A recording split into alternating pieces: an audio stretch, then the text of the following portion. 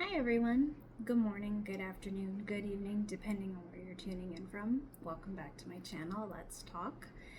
So, there's a conversational piece that I wasn't sure I wanted to talk about because I really wasn't sure how much more I could really bring to the table about the Justin Baldoni Blake Lively case. Now, I'm not going to get into the whole the documents as of right now, or the unsealing, as it were. I am going to discuss my thoughts and opinions, and for what it's worth, you might agree, you might not, and that's okay. That's why we're here, to discuss it and give different perspectives. Now, with the great unsealing, I think I say this for a lot of people when I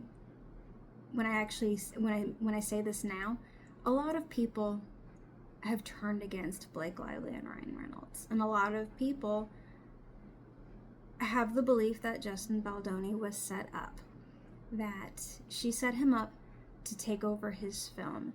And with the great unsealing, it looks more like that now more than ever. And it looks like she assembled an entire army to try to take this poor guy down. And I feel terrible about that. And I truly believe, I'm of the belief that Justin Baldoni is a puppy. And I don't say that in the sense that I think he's a dog. I say that in the sense that he wants you so badly to like him, so no matter how badly he's treated, he kept coming back to her. He wanted her to like him. He wanted her husband to like him. He was a fan of Ryan Reynolds. Behind the scenes, these two disgusting people were conspiring to steal his own movie from him. Like, they really thought they could. This guy bought the rights to the movie, and Colleen Hoover, don't even get me started on that wench. She sold the rights to him. She sold the rights to him knowing full well that he would be the one that would be a key player in the making of this movie. She knew full well that he was going to be the one directing this movie, and she honestly didn't have a say in the matter. She signed the rights to the movie over to him. Okay? You might agree with that, you might not. But when you sign rights over to a book and you've optioned the rights to someone else, you no longer have a say in that. And if they choose to be, kind, or they choose to let you collaborate with them, that's a kindness that you no longer have. So when he would still continuously let her have a say,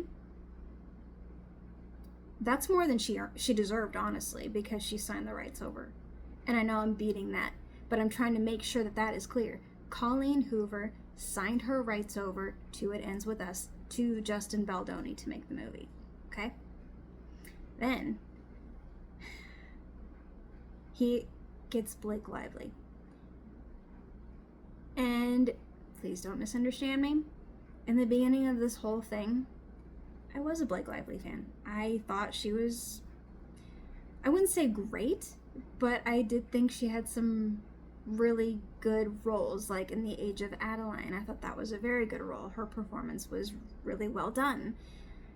I'm not going to say she was outstanding in Gossip Girl, because honestly I found her a bit mediocre.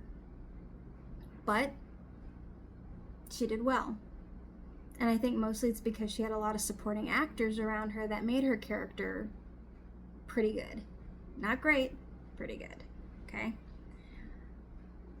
So, with all of that being said, when I had found out that she was going to be in the movie, and it took me a minute to actually register who Justin Baldoni is, and I'm like, is Justin Baldoni? Oh yeah, Jane the Virgin.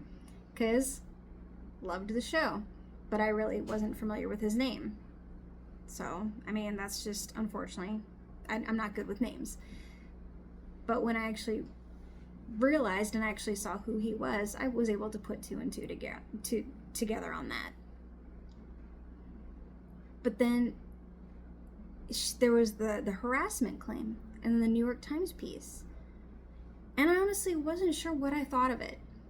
And This might sound reminiscent of the Johnny Depp Amber Heard case, but that is the reason I was not sure, because a lot of it just didn't sound right. It didn't sound heartfelt. It didn't seem like she was a harassment victim. And anyone could say that they've been sexually harassed. And you either take their word for it or you don't. I have been sexually harassed. You can believe that or not. That's neither here nor there. But I know what I did, and I know what she did not do. I know I reported it, and I was retaliated against. My hours were cut. I started losing wages because I reported it. Blake Lively gets a director's credit. She got everything she wanted on this film. She lost absolutely nothing, and the person that was the harasser lost everything. So, I mean, you let that sink in for a second. The person she said harassed her and that lodged a smear campaign against her before there was even a campaign. What did she really lose? I mean, she had a lot of bad press, but that's because she was very tacky when there were interviews that were done and she was talking about location sharing when someone, asked her what she would do if someone asked her about being sexually harassed. How, and she talks about being, location sharing? Because that makes someone feel like you're listening. That makes someone feel like you actually give a damn, right? Is location sharing.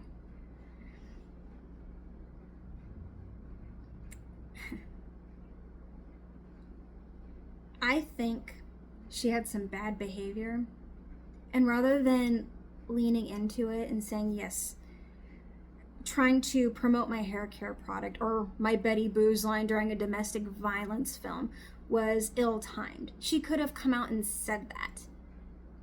And I think people would have actually, admired her for saying, you know what, we'll give her some grace. It was ill-timed, and she said it was ill-timed. She couldn't do that. She had to find someone to blame. And then, all these unsealed documents, all it actually shows to me is that not only she, but her fucking disgusting husband was working behind the scenes to, what? End his career because his wife's a fucking moron? Really? We're gonna go there because your wife's a slutty moron. Okay? I think she fell in love with Justin Baldoni. I think that she hated herself for it. I also think that with the messages she sent, Ryan Reynolds got really pissed off because, I mean, who the hell says that, oh, I'm a ball buster, but never with teeth. I could show you if you'd like. I'm sorry, but to me, that's sexual harassment. I'm just saying. So if you look at the things that she has said, I mean, even to Brandon Sklenar, if that's how you say his name, she sent him a text message telling him to put on a little skirt and that she is pimp adjacent. Basically calling him her hoe. But we're not going to talk about that. We're not going to talk about the nasty things that she has said because she's a woman.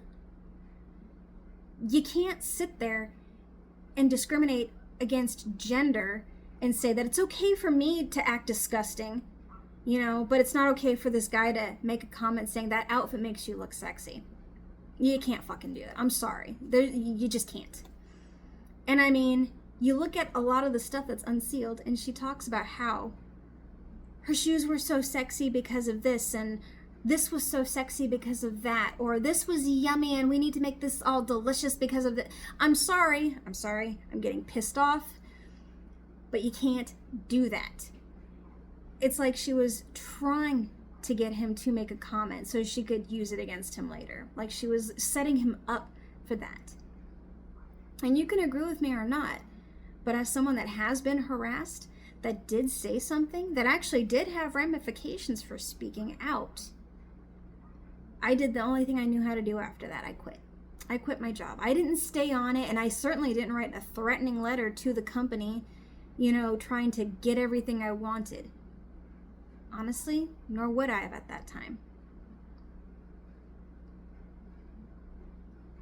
I'm just saying. So for her to continue this instead of settling it and eating crow, and, you know, maybe apologizing to Justin Baldoni for bad behavior, now all of these people around her are collateral damage.